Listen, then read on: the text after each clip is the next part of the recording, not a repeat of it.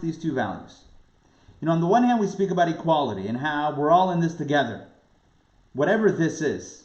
I don't only mean like what's going on right now with coronavirus, but right, we're all together, there's oneness, unity, equality. Yeah, all is one. E pluribus unum, from many into one. Melting pot. Beautiful. Equality.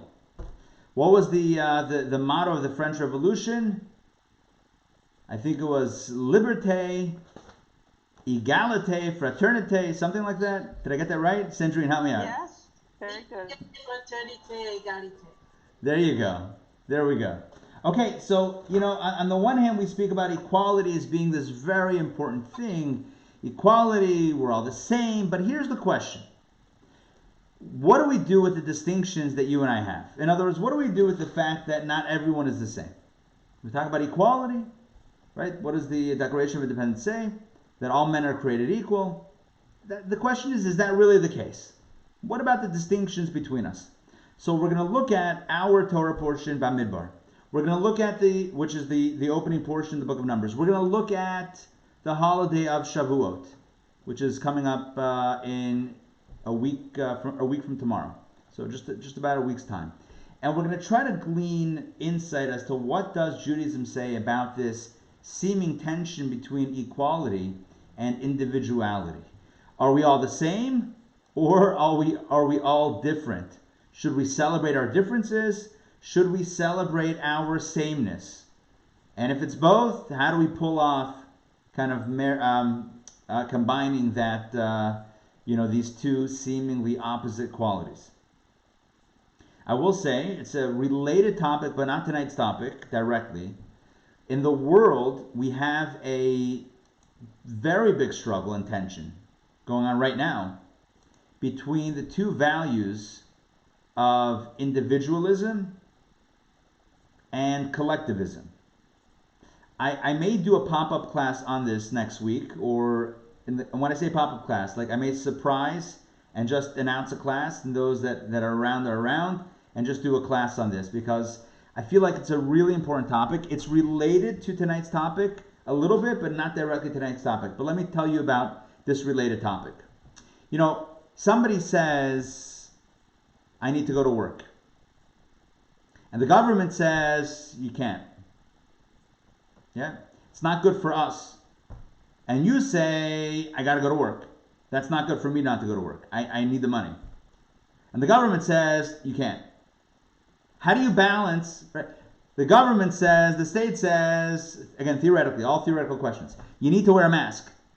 And the person says, I don't want to wear a mask. The government says, you need to wear a seatbelt. The person says, I don't want to wear a seatbelt. The government says, if you ride a motorcycle, you need to wear a helmet. The individual says, I don't want to wear a helmet. Right?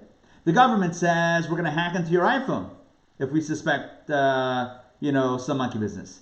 The person says, don't touch my iPhone. There's a struggle between what might be good for the individual and what might be good for the larger group. And the question is, how do we balance the interests of one against the other when they are mutually exclusive? Now, when it all works out, no problem. If everyone's agreeing, if the individual and the collective are in agreement as to what should be done and what's right, what's wrong, what's good, what's bad, no problem. But what happens when the two parties, the individual and the larger collective group, have a difference of opinion? That creates a problem. So whose interests win over the other? Okay, that's not necessarily exactly tonight's class, but tonight we're going to get into maybe a similar concept of how do we balance the notion of respecting the individuality of everybody with the value of equality. Equality, we're all the same, we're all together, we're all in this together. How do we balance the individual versus equality? Okay, I'm glad you asked. I'm glad you asked all these questions, because we're going to get into this topic. And again, I'm not getting into all of those things that I mentioned, but you're going to see a little bit how this connects. Okay, so the Torah portion is Bamidbar, which, by the way, is the same name as the fourth book of the Torah, Bamidbar. Bamidbar means, what does it mean? Unmute yourself if you know what it means. Or raise your hand and I'll unmute you. I see Ray going for it. Go for it, Ray. In the desert. In the desert. In the desert. Not the dessert. I need to mention, dessert is the cheesecake for Shavuos. Order your cheesecake kits. I mean your DIY Shavuot all-nighter kits. Desert. Bamidbar is in the desert. The home and the setting for the 40 years of wandering. The Jews wandered for 40 years between the Exodus and entering the land of Israel. And the entire book of Bamidbar talks about the journeys through the desert.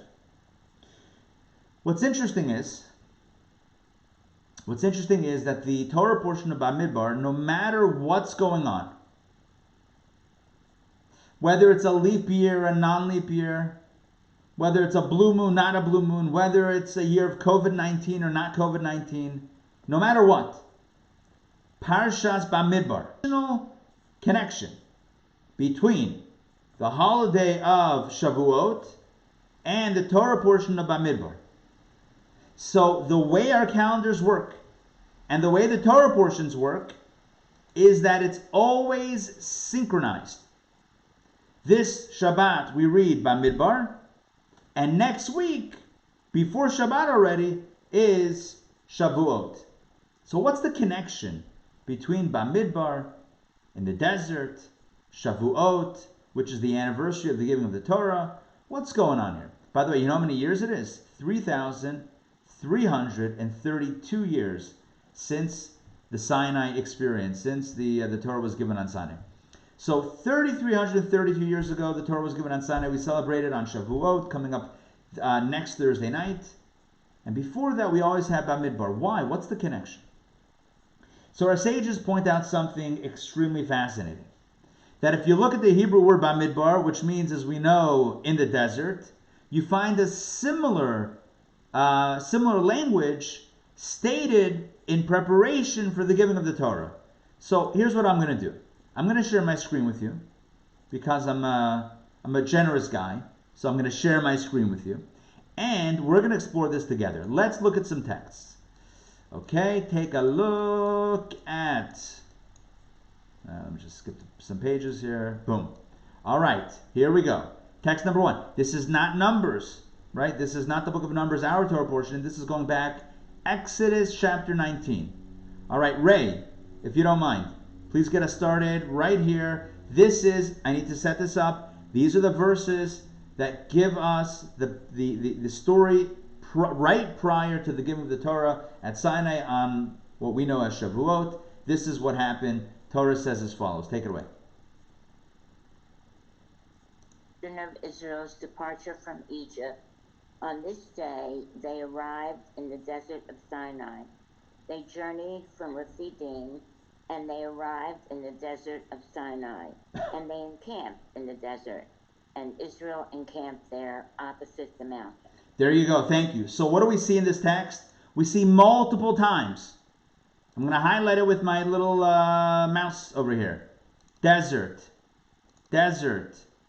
Desert. I went out of order. Whatever. You're with me on this, right? 3 times it uses the word Bamidbar or Midbar. It says Midbar. They came to Midbar Sinai, the Sinai desert. Vayachnu Bamidbar. They went into the desert. Right? Midbar Sinai.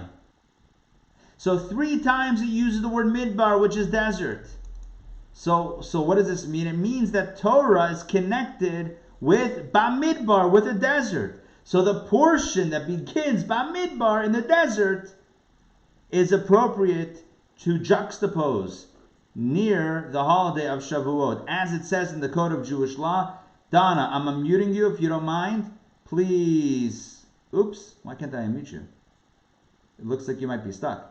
All right, Donna, if you can unmute yourself. There you go. You got it? All right. Take a read, please. Text number 2. This is the Code of Jewish Law.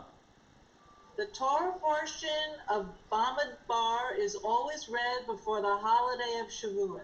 There we go, and that's what I mentioned before. Thank you. That's what I mentioned before. This portion is always read before the holiday. There's a juxtaposition. There's a connection between Bamidbar in the desert and the Torah being given at the same, by the way, the Hebrew word is Bamidbar Sinai. Our Torah portion begins by talking about what happened Bamidbar Sinai in the Sinai desert. That's where the Torah was given, in the same Sinai desert. So there's a connection between this week's Torah portion and the Sinai desert. So here's what we're gonna do. We're gonna look at Torah and the story of the giving of the Torah at Sinai to try to see which value is most important. Is it equality, which connotes sameness, melting pot, right? Kind of overlooking the individual, or is the greatest quality individuality? Is the greatest quality the uniqueness of the individual? That is what we are going to explore using the texts that will follow. So, first text we're going to do as we really break open this discussion is Rashi's comment on, let me go back up right here. Rashi explains the text that Ray read earlier, the second verse, right over here. I'm highlighting the Hebrew. Vayichan Sham Yisrael Neged Hahar, which is translated, as we read before, and Israel encamped there opposite the mountain. They got to the Sinai desert, and Israel encamped there opposite the mountain. Take a look at what Rashi, the primary Torah commentary, says on this one. Sandrine, are you available to? You're good to read? All right. If you don't, there you go. Text number 3, please. And Israel encamped there as one man with one earth, but also the encampment were with complaint and with strife. Take a look at this. Thank you. Take a look at this. Rashi says, why does the Torah use the word Vayichan, which means grammatically, and he camped? In other words, it's the singular, not they camped. If it meant and they camped, if the Jewish people were being called in the plural Yisrael, the nation of Israel as a collective, it should have said grammatically Vayachanu. It only works in the Hebrew. I'm telling you some Hebrew grammar here. It says Vayichan, which means the singular, he camped. Like the one person camped, as opposed to Vayachanu, which is many people camped. Why are the Jewish people here referred to as one person? Rashi says, Israel encamped there, what does it mean? As one man with one heart. However, that was unique to that encampment. In preparation for the giving of the Torah, the Jews were unified, but with all the other encampments, there were complaints and there was strife. Yeah, typical Jewish stuff. I'm kidding. I don't want to talk bad about the tribe. But look, the reality is there's always complaints. Yeah, there's always complaints. Kvetching. It's a national pastime. We like to kvetch. It's too hot, it's too cold, it's too soft, it's too hard. Everything, there's always a complaint about something. But with this encampment, when it came to the Jewish people setting up camp next to Mount Sinai in preparation to receive the Torah at Sinai 3,332 years ago, Vayichan Sham Yisrael Neged Ahar. The Jewish people camped there as one man with one heart, like one person, totally unified.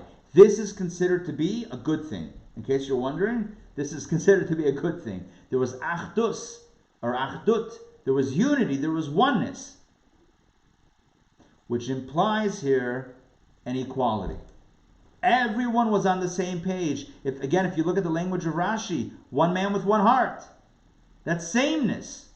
So this kind of champions the notion of equality, fierce equality. In other words, if we're trying to figure out which is the greater quality, which is the greater quality, equality or individualism or individuality, right? So it seems like in preparation for the giving of the Torah, there was a wonderful experience where the Jews were all together, and that seems to be a virtue. So maybe equality is a virtue. We're going to look at some other texts that seem to indicate the same thing. All right, any questions so far before we continue? Questions? No? Okay, again, as always, feel free to put questions in the chat box. Feel free to unmute yourself at any point in time to ask away. Okay, take a look at text number 4. This is coming from you always have this paragraph called Sim Shalom. And it means it's a blessing, it's a request for peace. We ask God to bless us. Okay, let's ask Alex. Alex, are you up to reading this one? Right here, bestow Sure. peace? Okay, great. Bestow peace, goodness, and blessing, light, graciousness, kindness, and mercy upon us and upon all your people, Israel. Bless us, our Father, all of us as one, with the light of your countenance. For by the light of your countenance you gave us, Lord, our God, the Torah of life and loving kindness, righteousness, blessing, mercy, life, and peace. May it be favorable in your eyes to bless your people, Israel, at all times and at every moment with your peace.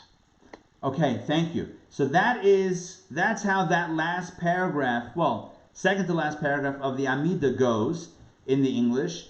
And clearly the content of the request is a request for peace. We're asking God to bless us with peace, goodness, blessing, life, graciousness, kindness, etc. But the main thing that's mentioned here is peace, and that's how it ends. Bishlomecha, it's all about shalom. But if you notice, we ask that God bless us our Father, referring to God, all of us as one. Barchenu, Avinu, bless us our Father, Kulanu, all of us, Ke'echad, as one. Once again, it's like the notion of one person with one heart. It's again the same idea that we're dealing with the value of equality. When we're all together, then we're asking God for the blessing. Because when we're all individuals, maybe we're not worthy of the blessing. So we ask that God bless us. Number one, to have this type of connection, and then that's going to be the vessel to hold the divine blessing. So clearly, this paragraph once again emphasizes the notion of equality, all of us as one. Let's take a look at another text. This is related to the last one. The Mishnah says as follows. Let's see who is next on my board. Dr. Macy, can you please read text number 5, please? Yes. The Holy One, blessed be He, found no vessel that could contain blessing for Israel save that of peace. As it is stated, God will give strength unto His people. God will bless His people with peace. Thank you. So what the Mishnah is saying is not just that God is blessing with peace. In other words, that the blessing is a blessing of peace.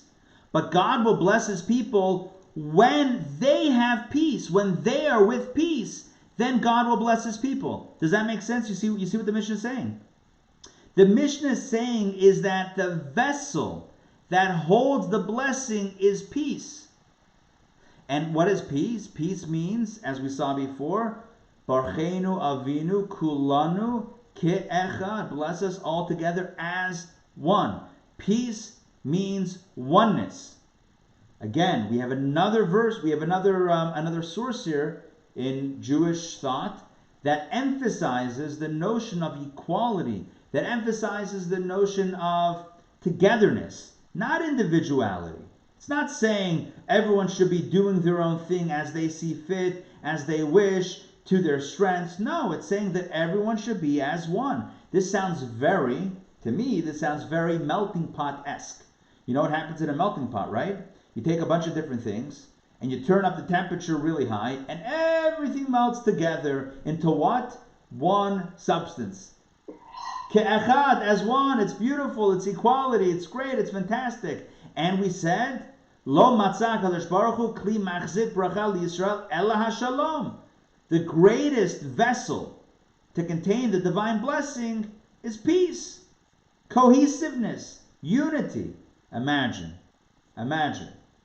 You have a bowl, a beautiful bowl made of the finest china, and you drop the bowl on the ground, and the bowl shatters into 10 pieces, or breaks into 10 pieces.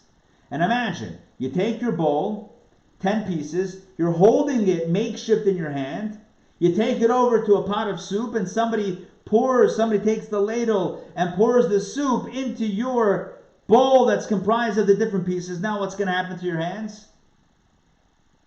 Yeah? They're going to get burned. Going to get burnt. It's not going to work out. Why? Because you need a vessel. You need a vessel that has its full integrity, that's completely whole. What is the kli? That is machzik bracha. What is the vessel that's holding the blessing? Togetherness. The vessel has to be together. This is the idea of oneness amongst our people. This is the notion of getting along with each other, but more than getting along, being as one. That's like the holy grail, not to mix metaphors, that's the holy grail of oneness, is the notion of togetherness, is the notion of this oneness. Make sense? Yes? Thumbs up if we're making sense so far? So this is absolutely classic. Tanya, chapter 32, Likutei Amarim, chapter 32. 32, of course, the numerology of 32 is Lamed Bet. Lamed is 30, Bet is 2. Lamed Bet together spells the word Lev, which is heart. Lev, like heart. The heart of Tanya is chapter 32. And what does chapter 32 speak about? Chapter 32 speaks about the mitzvah to love your fellow as yourself.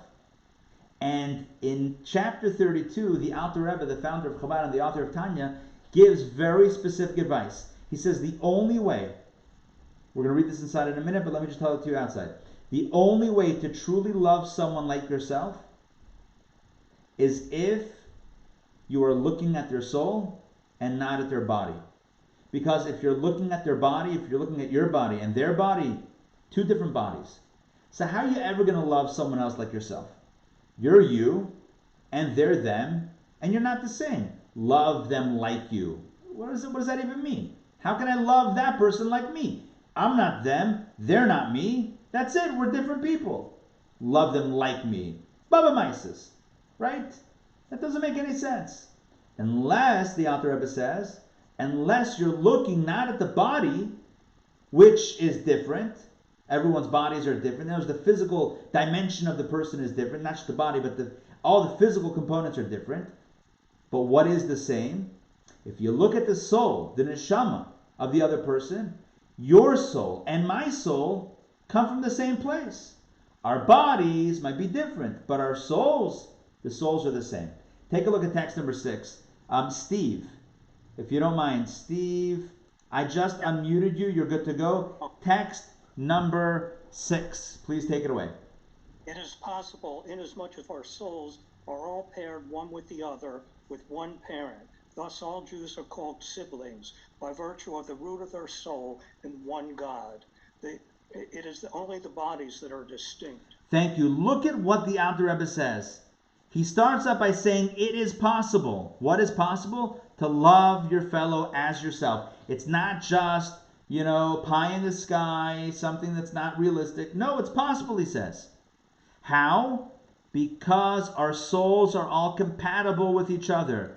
Yeah, this is a very literal translation. Our souls are all paired one with the other. I don't know what paired with one another means. Our souls are compatible. Our souls are equal. Why? Because we all come from the same place. By virtue of the root of the soul and the one God. Now, of course, the Alter Rebbe is speaking as a Jewish leader to the Jewish community. So, of course, he's talking to the Jews. But the truth is, this applies to everybody. Everybody has a soul. Everyone's soul is coming from the same place, coming from God. So what is the implication here? How does a person truly love the other like themselves if they stop thinking about material, physical things? As long as you're stuck in the physical perception of things, then you're going to see the differences between you and the other. If you look through the lens of your soul, if you look at yourself, if your self-image is more soul, less body, then you're going to look at the other person, hopefully the same way, more soul, less body. And if you're looking from soul to soul, it's the same stuff. It's the same DNA. The body, different DNA. Different fingerprints, different DNA, different. So, can I love them as myself? Probably not. But if I'm looking at the soul, now we're talking. So what's the implication here? The implication here is, again, equality. We all have the same soul. Our souls have the same DNA. We come from the same parent. We're literally siblings. That sounds like equality. So we have several texts over here from all sorts of Jewish sources. From the story of the giving of the Torah at Sinai when the Jews encamped at the mountain, Ki'ish echad b'lev echad, like one man with one heart. Equality.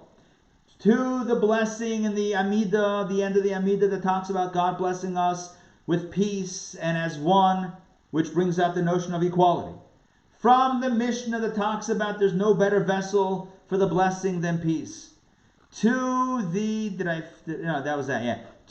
the Tanya, to the book of Tanya, where he says that the only way to fulfill the mitzvah of loving your fellows yourself is if you look at your soul and their soul and realize that your souls are the same because they're coming from the same source. They basically essentially share the same DNA. It's the same stuff. My soul, your soul, it's the same. I'll tell you a great story along these lines of equality, how we're all in this together, we're all the same. So there was a chassid, passed away not that long ago, a few years ago. His name was Reb Mendel Futterfass. Mendel Futterfass, that was his name. He grew up in Russia, and he was part of the underground Chabad network of yeshivot and schools and educational centers and mikvahs and opportunities for Jewish weddings and bris, milah, circumcision. The whole underground network, which went right against everything the communists wanted.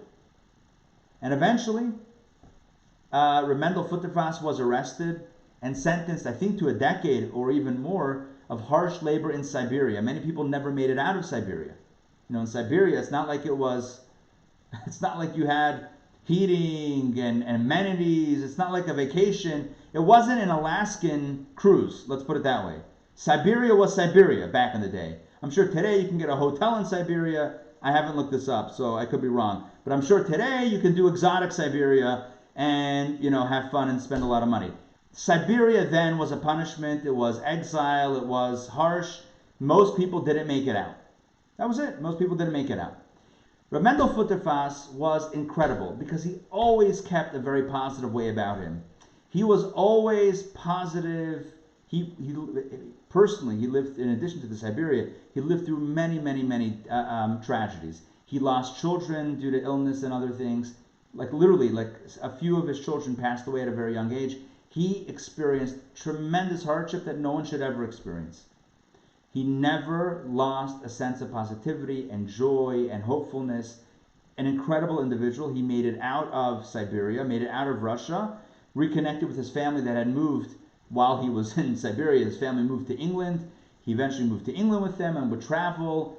For the rest of his life, he would travel from England to Israel to America, teaching and fabranging. He was a guy that was always going to uplift the communities and bring good spirit and tell great stories. And he told so many stories of his time at Siberia. I've shared in the classes many of these stories. The tightrope walk story, the circus story that he told, the countless stories. But I want to share one story. The story goes that he was on a plane, on an airplane. This is obviously before 9/11, so there was a little bit more freedom that you could do, things you could do on an airplane. I'm sure you all remember what airplanes were like before 9/11. It was kind of like a bus. You got on, you could walk around. It was Hamish.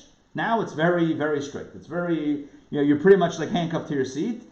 You're pretty much under lock and key. But back then it was a little bit more Hamish. So what does he do? He goes around. He has his tefillin with him, the phylacteries. And he's walking up and down the aisle, scouting out for Jews, looking for Jews. How do you look for Jews? You got to have Judar. You got to be able to look and notice, and you can always ask. And if you're wrong, you say, "Well, nice to meet you," and I'm still looking for Jews. He's looking for men to do the mitzvah of wrapping tefillin with on this flight. Maybe it was a transcontinental flight from England to the United States. I think that's what the story was. But whatever it was, he was on a flight. And he sees this guy, he sees a fellow, and he looks Jewish. He says, "You're Jewish?" "Yeah." So he's struggling. How does he explain tefillin to this guy? The guy doesn't look like he's, it's possible that he doesn't know what tefillin are, so he's thinking how to explain the tefillin. So this is what he said. He said, "Me Jewish, you Jewish. Me tefillin, you Russia with love." He didn't have command of the English language. He knew Russian, Yiddish, Hebrew. That was it. Eventually he picked up a little bit more English along his journeys. But that was it. So what happens? He did the mitzvah with this fellow. How? By evoking the equality. Me Jewish, you Jewish. Me tefillin, you tefillin. That's it.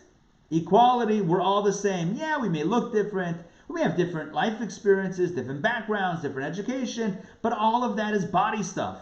All of that is external stuff. At the core, peel away all the layers. Keep on going, keep on going, keep on going. At the core of your heart, and at the core of my heart, when I say heart, I mean soul, right? At the core of your soul, the core of my soul, it's the same. Equality. Okay, let's keep on going. Because if we look further in Jewish thought, we notice the opposite quality, which is How come it's not working suddenly? Here we go. I'm highlighting it right here. Tribalism and individuality. Tribalism and individuality is a very different energy. There's the energy of equality, where we look at everybody as the same. We don't look at the externals. We don't look at that which makes us distinctive. On the contrary, we look at what is aligned or equal amongst us. And that seems to be a value in Judaism. Equality, sameness, togetherness, oneness. That seems to be propped up as a good thing. But so is tribalism, and so is individuality. Where do we see this? Well, let's start with something a little bit horrific. Sodom. Remember Sodom? All the way in the book of Genesis, all the way back in Genesis, Sodom is destroyed. You know why? They were not kind people. They were very, very mean people. But you know what it says in the Midrash? It says that what was their wickedness? It was trying to make everyone the same. Trying to force equality. David, are you up to reading? Okay, hold on one second. I'm trying to unmute you. You may need to activate your... Okay, you got it. Take it away. When a couple would enter Sodom and thereafter wish to leave, they would immediately lay him down in a short bed. The portion of his legs that would extend over the edge of the bed would be cut off. If the person was short, they would lie him down in a long bed, hold him down, and stretch him out until his body filled the bed. They would do this until he died. That's what the Medrash says. That's what they were doing in Sodom. What was Sodom? What was life like in Sodom before the destruction? Before everything went kaput? Yeah. What was it like? This was what life was like. They didn't like any guests. And what happened when people did come into Sodom? They would cut the legs or stretch the legs until the person died. What does it mean? What does it mean? What were they doing? What it means is sometimes, I want to understand this metaphorically.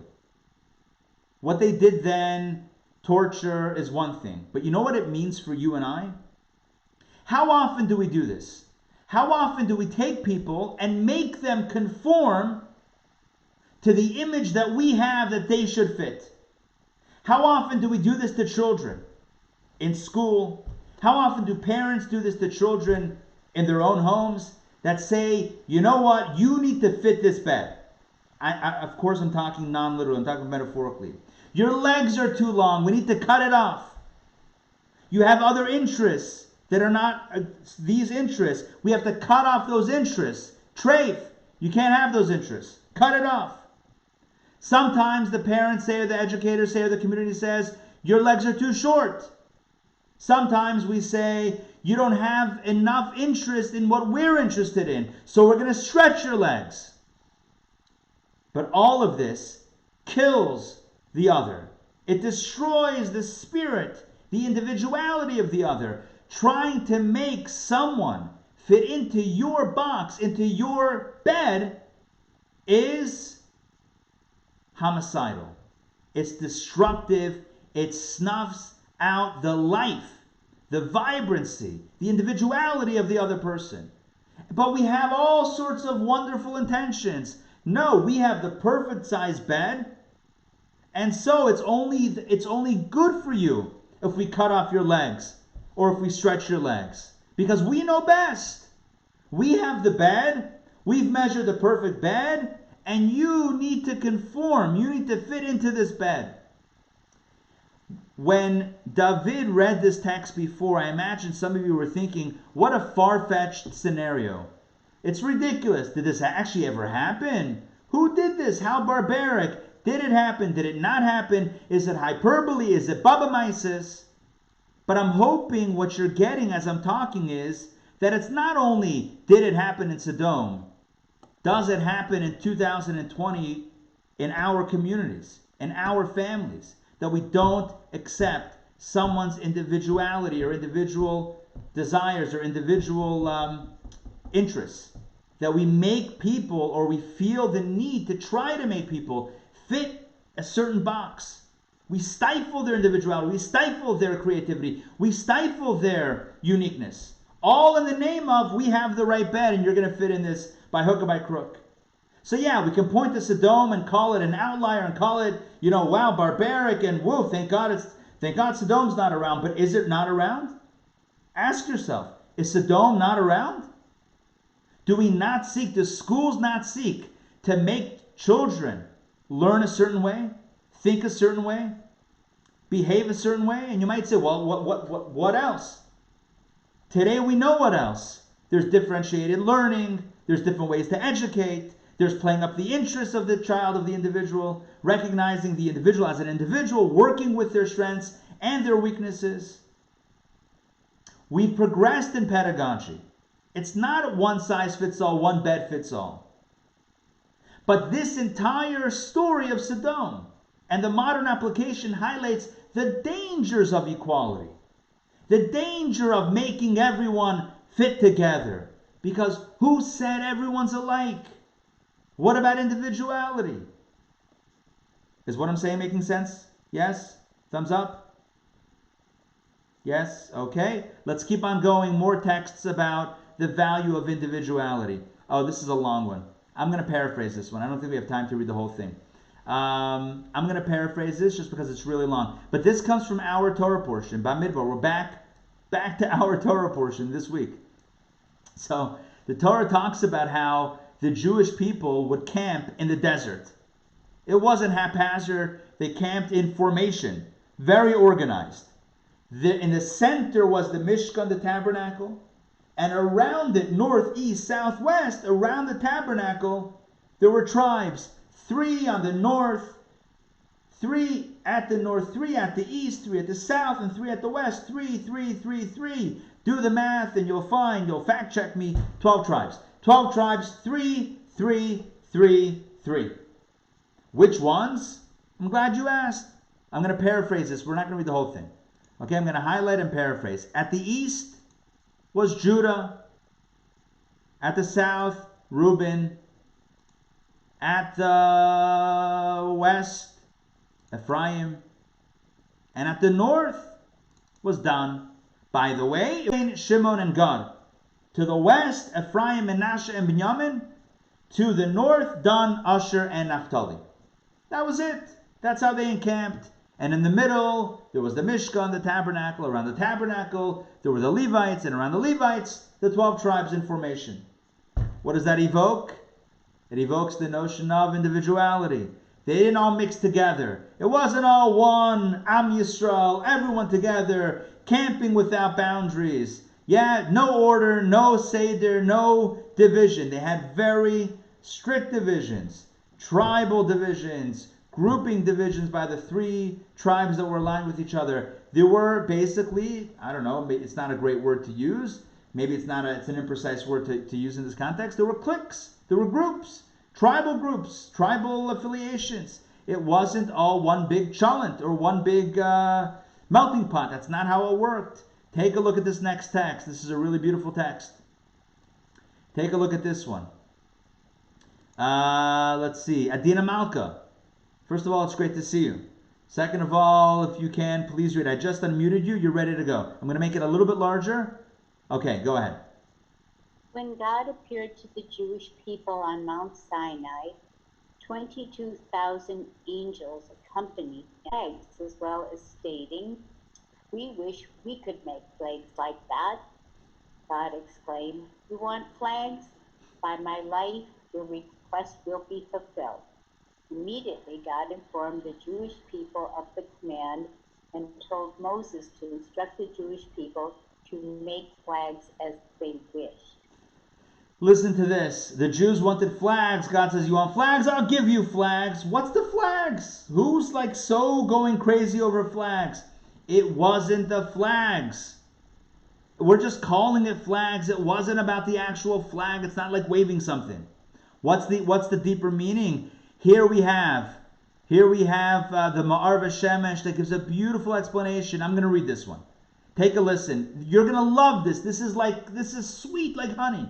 The Jews saw the angels under their flags. What does that mean? Namely, that no angel intruded into her colleague's lane. By the way, that's a very loose translation, colleague's lane. It didn't use lane in the... Michal Epstein wasn't using the word lane. But that's a modern... Michael, the angel Michael, doesn't intrude into Gabriel's lane. Rather, every angel stays in his lane or her lane and perceives godliness accordingly. The Jews wish for the same thing, stating, if only we would do the same thing. If only no one would push another to try and reach past the appropriate level for them. God said to Moses, do it for them. In other words, inasmuch, since you wanted flags, namely that no one intrude into the next person's lane, rather every person should receive what's appropriate to their level of readiness, do it. The Levites will be in one group, the rest of the Jews in another, each one of the Israelites in their own group, some in the east, others in the south. Everyone will associate with their own likeness, for the tribes that camped under one flag were associated with one another. Basically, we have here once again emphasized the value of individuality and not equality. Not trying to make everyone fit into the same box. It's good to have uniqueness. With the angels, there are different angels. Michal, Gabriel, Raphael, other angels. Michael, Gabriel, Raphael, all these wonderful things. Maybe even the Teenage Mutant Ninja Turtles. No, that was Raphael, Donatello. Okay, whatever. Okay, so you have different angels. Each one has its focus, each one has its mission, each one has its reality. And the Jewish people said, when they saw this revelation at Sinai, they saw the angels, they were able to perceive the angels. They said, wow, we want this also. We want to have our distinction. We're not all the same. And God said, perfect. God said to Moses, give them that ability to be unique and to hang out with their groups, because not everyone is the same. And if you try to put everyone together, it doesn't work. So now we have a real tension. Now we have a real quandary. What is ideal? What is the ideal state? Is the ideal state equality or individuality? What is the goal? Take a look at this. I'm going to read some more. Proverbs, one of the most famous Jewish teachings about education. This is what I meant before when I talked about modern education. And what I meant to say before is that finally modern educators, pedagogy has caught up to what King Solomon wrote this thousands of years ago.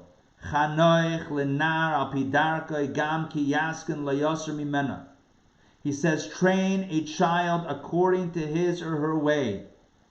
And then, even when he or she grows old, the person will not turn away from it.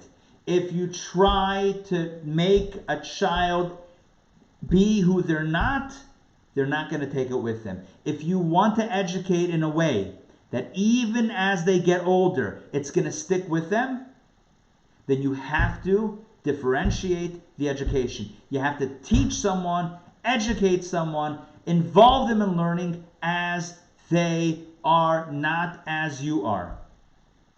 Teaching is not imposition. It's about education, and that's not imposition.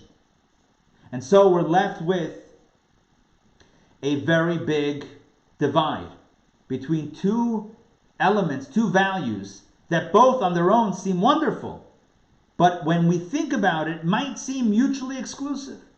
There's a value of encamping by the mountain, by Mount Sinai, ki'ish echad belev echad, like one man with one heart. The entire nation, 2-3 million strong, all as one. There's a value in not looking at different bodies, but looking at the oneness of soul. There's a value in melting pots and equality, all of those wonderful things. That's a value. At the same time, we have another value. There's the value of individuality. There's the value of the individual spirit, the uniqueness of the individual, not the sameness, the individuality. The danger of trying to make everyone fit together, trying to melt everyone down into one sameness, that's dangerous. So which is it? And how do we balance both? Which is better, equality or individuality? Which is the greater quality? Or maybe there's a way to balance them both. So tonight, I want to share with you the following insight. Judaism teaches us unequivocally the value of both of these qualities, of both of these values. There's value in equality and there's value in individuality. There's a value in the collective spirit and there's a value in the individual spirit. And they both can coexist. That is the big idea for tonight. They can both coexist with nuance. Let me explain.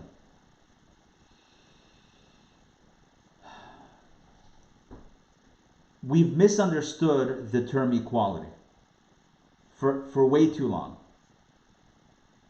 And the whole notion of a melting pot is indicative of what's wrong with our understanding of equality.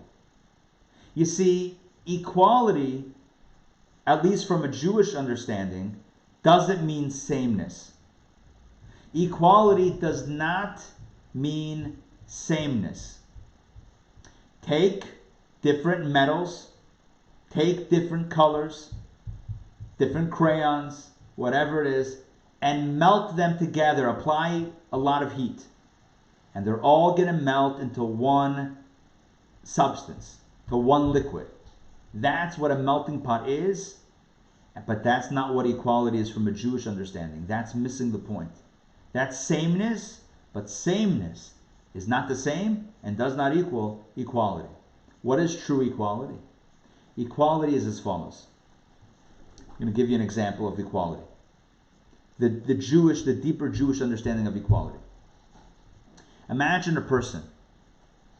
Take, for example, a human being who has their one human being, but they possess different body parts. So let's go through them. There's a head, and the head has different parts to it. The eyes, the ears, the nose, the mouth, right? The quarantine beard, although I had this before quarantine, right? So different parts of the body. Different parts of the head. And then, forget the head. You have other things. You have a torso, and you have arms and hands, and you have legs and feet and toes, all of these wonderful things. I'll ask you a question. Is the body one? Yeah. So does that mean that all the parts of the body are the same? No. The reason why the body works is because the head is a head and the foot is a foot. If the foot becomes a head, then we're in trouble. If the foot starts thinking, then you're toast. You know why? You would never step into something hot. Yeah, you're overthinking. Your foot's like, nope, not doing it. Thank God we have feet that just take charge even when our heads are a little scared. The foot says, that's it, we're doing it. Full march ahead. Thank God for the head, because the feet would get us in trouble otherwise. Thank God we have a head to think about where we're going and where we should be going. But the biggest avla, the biggest tragedy would be if every part of the body wanted to be exactly like the other part.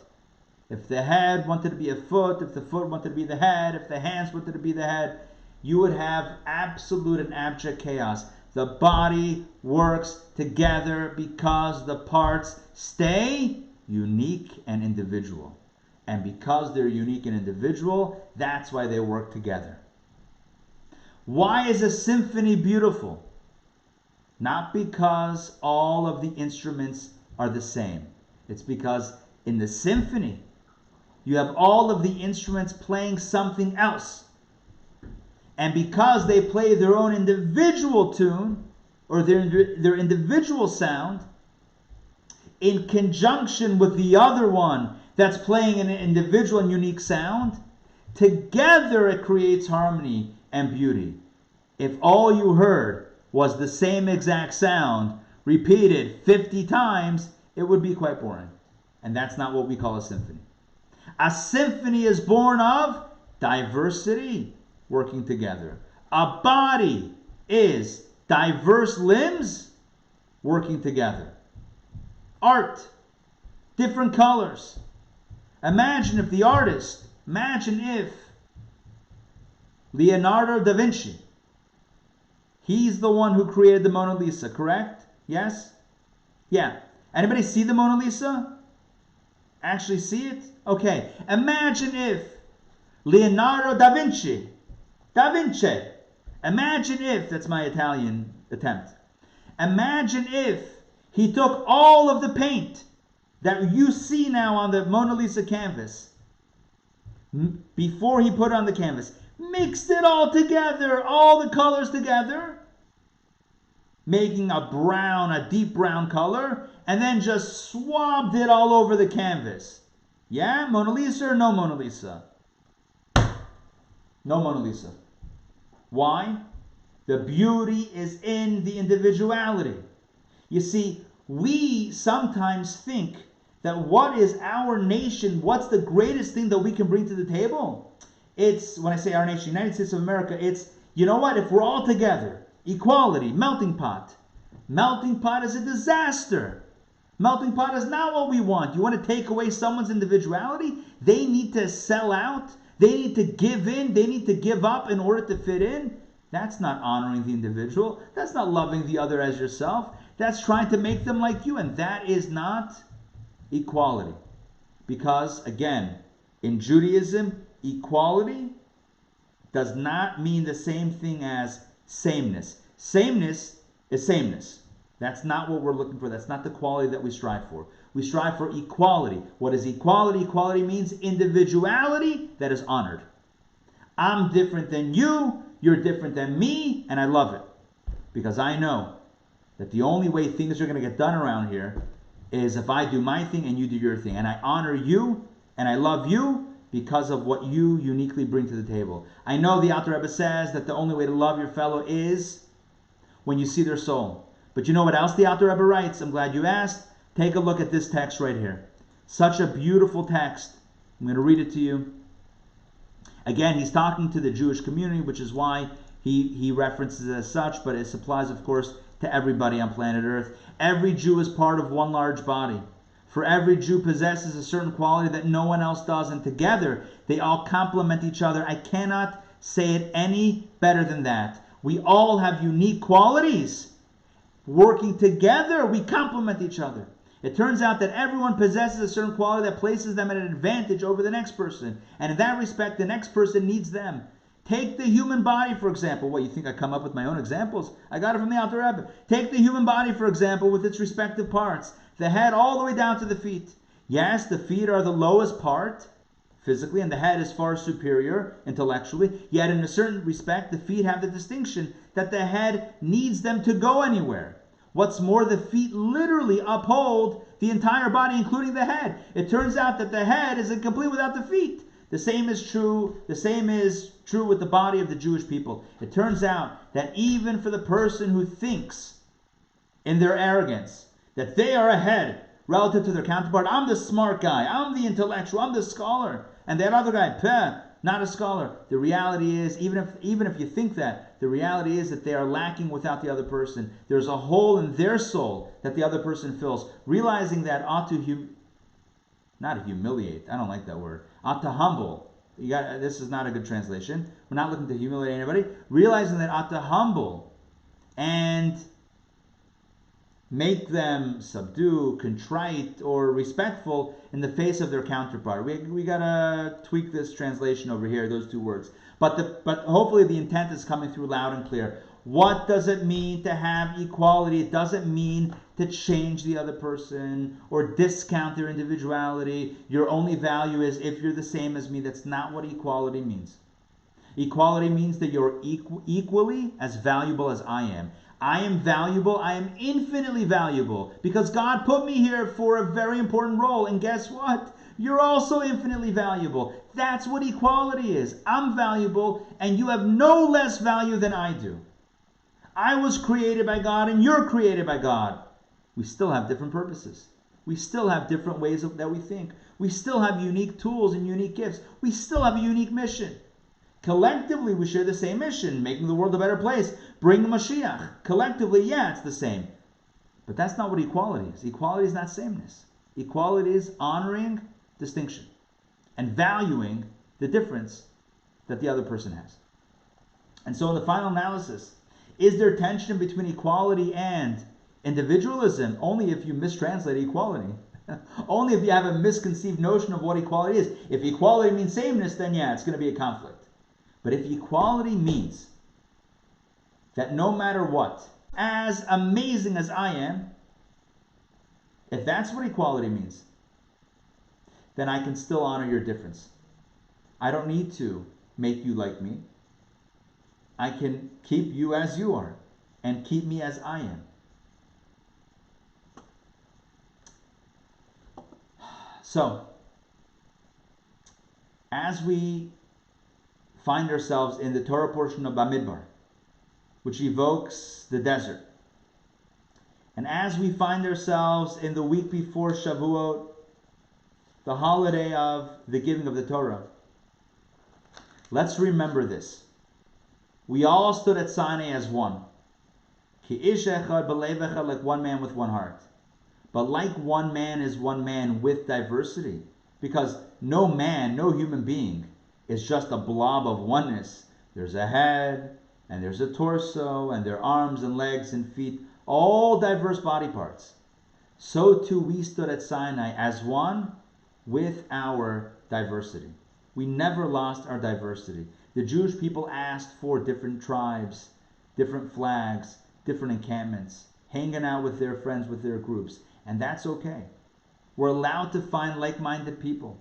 We're allowed to be unique and be distinctive. But no matter how distinct and unique we are, we have to remember that the other person, with their unique ways, with their unique ways of thinking and all their uniqueness, let's remember that they are equally as valuable as we are. And with this, we can truly prepare for the giving of the Torah once again. Every single year, our tradition tells us God once again asks us, do you want the Torah? And every year, we should proclaim loudly and together in unison, but in our own way, yes, Na'aseh v'nishma, we're ready to accept, we're ready to do. Tell us what is asked of us. 3,332 years ago, we got the Torah. This year, once again, we're going to receive the Torah next Friday, Thursday night, Friday, and into Shabbat. Let's remember our mandate to not only turn to God and say yes to God, and say yes to God's proposal for Torah, but to look at the other person and say, yes, I honor you and I value you, and I don't seek to make you like me. I know that you're different, and that's why I value you, because you're different. This takes us to the end of today's class. But there's one more story that I want to share. And I know I'm pressing my luck with time here, but I want to share one more story. A story that highlights the importance of recognizing individuality. There was once a wealthy man who hired a coach driver. This is before Uber. Who hired a wagon driver to take him into a town for the weekend. Both men were Jewish and observed their Shabbat, and they arrived at this new town on Friday afternoon, and each went to their respective lodgings, the wealthy man to a nice hotel, and the coach driver to a simple motel. They both got ready for Shabbat, and they both walked to the synagogue, to the same synagogue. And on the way to the synagogue, the wealthy man encounters a traveler whose wagon got stuck in the mud, and asked for some help. So the wealthy man, who's wearing a beautiful suit, kind of pulled up his sleeves and rolled up his pant legs and tried to help schlep out the wagon, but he didn't know what he was doing. He's a wealthy man. He's a businessman. He's not a wagon driver. He doesn't know about leverage, doesn't know about I don't know either. So he doesn't know about how to get the wagons out of the mud, and he ends up not really helping, but getting muddy and actually getting a little bit injured. Meanwhile, the wagon driver has an uneventful walk to synagogue where he meets individuals that were poor individuals, beggars, who are looking for a place to eat a Shabbat meal. He invites them over, 10 beggars, to his motel room for after services for the Shabbat dinner. No, so Shabbat services in the synagogue go as normal, and after the services, the wealthy man goes, hobbles, limps, tattered and bruised back to his beautiful hotel room with his lavish meal that he prepared for himself, that he brought for himself, with no guests. And the poor man, the wagon driver, took 10 beggars to his meager place with meager food, and they all ended up pretty much not satisfied from the meal. After they passed away, the story, by the way, was told by the previous Rebbe in the name of the Alter Rebbe, the founder of Chabad. Just so you know, this is a very holy story. After they passed away, the two souls came above to the heavenly court. And the heavenly court said they missed out on their mission. The wealthy man needs to come back down to earth and invite people over for Shabbat. And the wagon driver needs to come back down to earth to help a wagon out of the mud. And this becomes the message for you and I. The message in life is, don't try to do someone else's avodah. Don't try to live someone else's life. Everyone's got their own individual mission. The wagon driver, when the wealthy man encountered the wagon that was stuck in the mud, he should have found his friend, the wagon driver, and had him pull it out. And then he would have got to shul and invited the people that needed a meal over to his place for a delicious meal. The problem is sometimes we don't respect our own individuality and the other's individuality, and we start crossing things over and we get confused, and confusion is not good. So who's better? The wagon driver or the wealthy man? What do you mean better? They're both equally valuable, and they both have their own individual missions. Don't get the two confused. They're both equally valuable, but they don't have the same mission. The wagon driver is not meant to be the philanthropist, and the philanthropist is not meant to schlep wagons out of the mud. So, does this mean we're always destined to be who we are and never grow? Of course not. But what it means is equality is not the same as sameness. Let's recognize our gifts, let's recognize the other's gifts, and let's utilize them to make the world a better place with love and respect for the other, who is equally as valuable and equally as imperative to fulfill the mission. Make sense? Yes? All right. At this point, we're officially, formally concluded even with this story, and you can feel free to unmute yourself to ask any questions, to share any thoughts or any stories. I am going to mention very, very quickly a few announcements. Number one, the Shavuot all-nighter, DIY Shavuot all-nighter kits are in production. They are ready to roll. If you ordered one, then you received an email today about logistics, about where to get it and how to get it. So that's it. If you did not order one yet, it's definitely not too late to order. You still have over a week to get the kit. The kit comes in a box with a nice label slapped on top that says DIY all night Shavuot all nighter kit. So it's branded. Inside the kit, there's two study texts, one about the 10 Commandments and one personalized to your specific interest. On the website, there are 10 topics to choose from, 3 types of cheesecake to choose from. It comes with a custom-made ceramic Intown Jewish Academy coffee mug with coffee and, I guess I can spill the beans on this, chocolate coffee beans.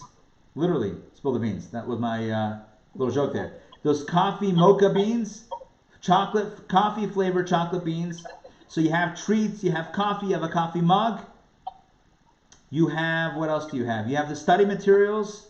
You have the cheesecake. The cheesecake comes with a spoon. That's how next level this is. Folks, all in a box, prepared with love, just for you. If you want in on the kit, just let me know. It's available on the website, intownjewishacademy.org, ready to roll. Get your kits. We actually have we got an incredible number of kits that are spoken for. We have not that many left. I think we're at about maybe, I don't know, I don't want to quote the number, I have to look at the number. We have not that many kits left, many boxes left. So if you want one, get in while the getting's good. If you didn't do it on the website, then I probably don't have one down for you. If we spoke about it or whatever, I probably don't have it down formally, so make sure that you get it in a little bit formally, or you can email me or whatever. I don't know if that's formal or informal, but just make sure that I know so that we got it for you. If you did order it, then you definitely got it, and then hopefully you got an email earlier today. If not, make sure to get that going, because it's very cool. It's a cool thing. All right, I think that is basically all the cool kids have it. All right. Anyway, two more things to mention that are very important, and I say two, but I don't know if there's two or not. A few more things. Number one. What's going on? Tomorrow is tomorrow. Tomorrow night is Tanya. Friday is Friday. Sunday is Sunday. Okay, fireside chat Sunday night. We have a new fireside chat with Rabbi Ronnie Fine from Montreal, Canada. He's known as the Tanya Rabbi, and he's going to be exploring Tanya related to love. What's love got to do with it? Find out Sunday evening at our Jewish fireside chat. Look for an email going out tomorrow. Look on our website for more information. You log in, you log on, and you enjoy 60 minutes of fireside chat, leading scholars from around the world presenting. Okay, so that's Sunday night. Tuesday evening, brand new program. Dina Schusterman is doing a live broadcast Tuesday evening at 7:30. The topic is lessons from Ruth on how to emerge from the pandemic. Taking the the ancient story of Ruth the Moabite, who converted to Judaism, the Bubby of King David HaMelech, connected with the story of Shavuot. So, Ruth's story, the lessons that we learn from Ruth that we can apply to how to successfully and happily and healthily emerge from the pandemic. So join me on that evening, Tuesday evening. Now, or join Dina Tuesday evening. Rabbi? Yes. Is this in lieu of Judaism at Home on Tuesday night? It's not. We are overlapping. I am creating choices. Intentionally or unintentionally. This was the only time that we could do it, unfortunately, or fortunately, whatever it is, but it's you can get the first half hour in, and then there's going to be a choice. Now, both will be recorded, so there's always a way to get the stuff later, but that's it. There's only so much time. In addition to this, like I mentioned before, I'm sorry, Monday night, Memorial Day, but Memorial Day night, Monday night, RCS, Rosh Chodesh Society. Leah will be teaching. My wife Leah will be teaching the final session of Rosh Chodesh Society. By the way, this is for women only. However, in the age of Zoom, just write a female name, keep your screen off, bada bing, bada boom.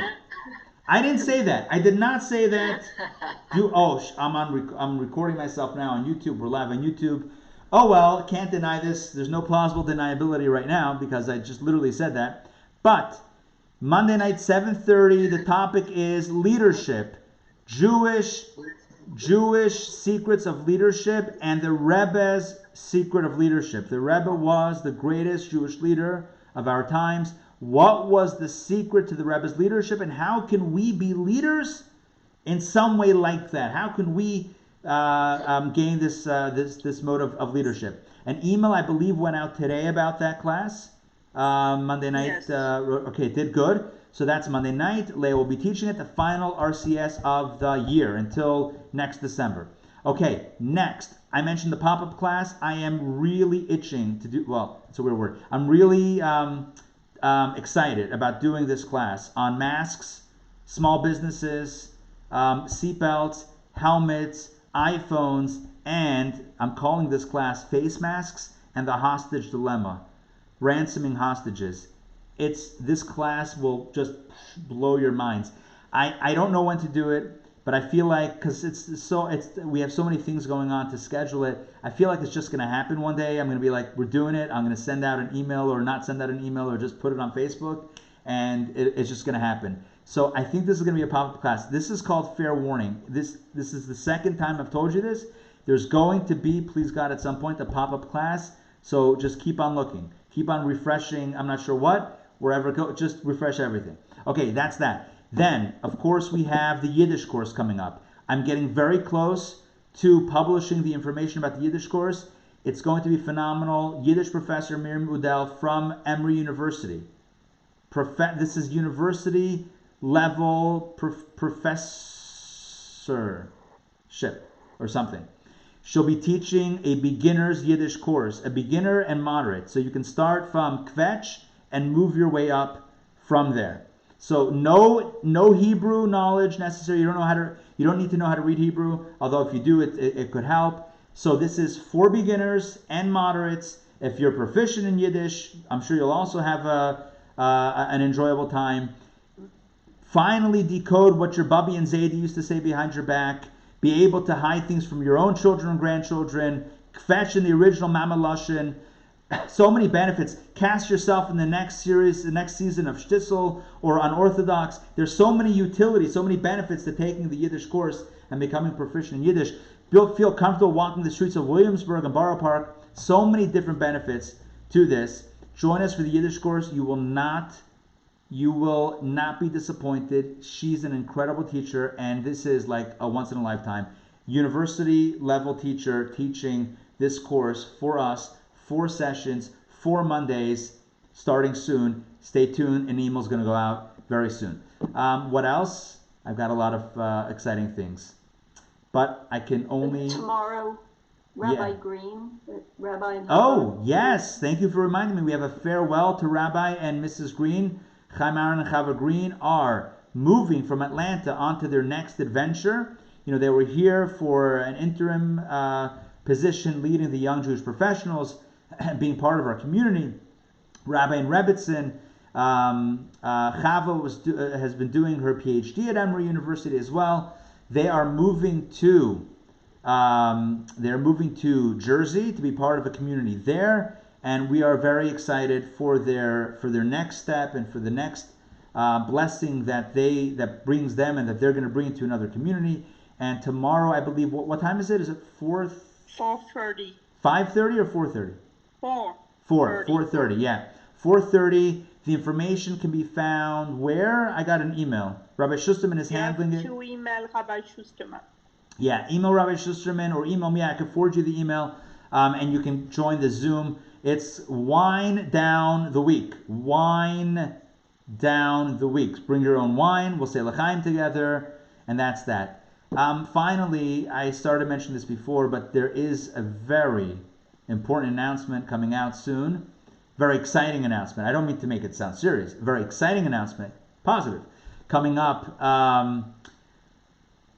we're about a month. There's so many things actually. All right, too many things. But there's going to be a very exciting Super Sunday. We're not calling it Super Sunday. Coming up in a little over a month. Stay tuned for more information, as well as film screenings and classes that we're going to be doing online. This is, we got a lot of good stuff. Okay, so thank you for joining me tonight. I think I'll let everyone go. I've held you for a little while now. Remember the theme of tonight's class. Hopefully we didn't forget already. The theme of tonight's class is everyone is valuable, everyone is unique, and the two are not mutually exclusive. Value yourself, value the other, know your mission, respect the other's mission, and let's bring Mashiach. All right, thank you for joining me tonight. Peace. We'll see you guys soon. Thank you. All right. My pleasure. Whoops. Thank you, Rabbi. Pleasure. Thank you all. Thank you all for joining. Thank you. Pleasure, Thank you, pleasure. Thank Take you. care. Thank you. Bye, all. Bye. Bye. Thank you. Bye. Take care.